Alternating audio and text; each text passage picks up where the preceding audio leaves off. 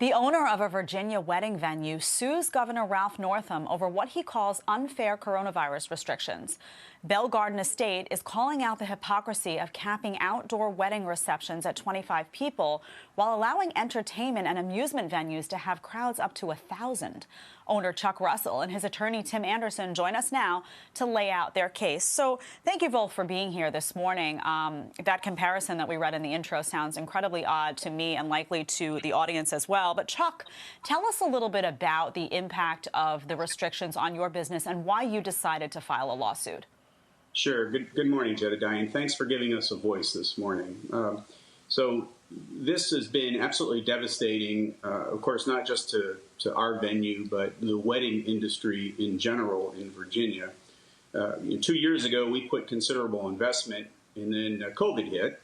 And we understood, obviously, as we were trying to figure all of this out, we understood the need to, kind of roll things back. But now, moving into this year, we had planned and prepared, and frankly, we're ready to go. We're ready to have a full season of weddings, and then the governor's latest order just didn't and doesn't have a way for us to move forward with any reasonable amount of people to be able to attend weddings. And so it's been an absolute devastating thing to, again, just not our venue, but the entire industry itself.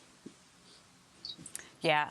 Chuck, I actually know a lot of venues like your own that have suffered consequences that are very similar. It's deeply unfortunate. But Tim, I want to play some sound of Governor Northam on the wedding restrictions from Tuesday, and let's get your reaction. Think about what happens at weddings. And if you think about what happens, people are in close proximity.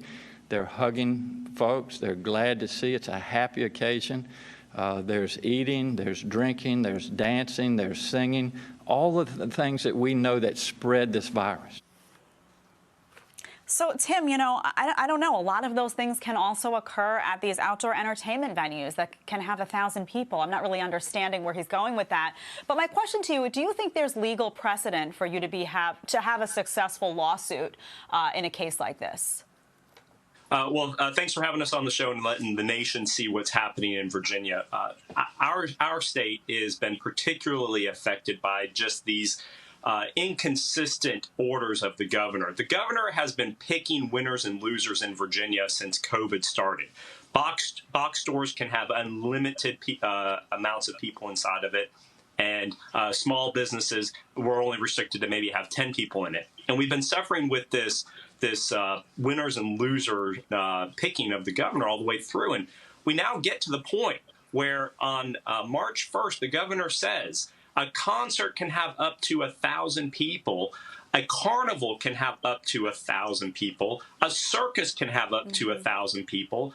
But weddings can only have 25 people because weddings have people that sing and dance and eat and drink. Of course, those things happen in a concert. The governor knows that. And so do we have a legal precedence? No, because this kind of insanity has never happened in the law. But there is something called the 14th Amendment.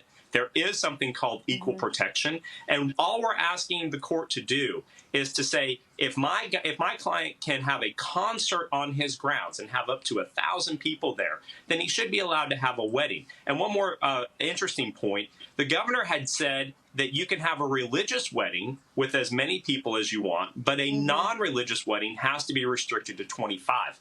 That's how insane it is in Virginia, and we're asking a federal court in Roanoke to engage.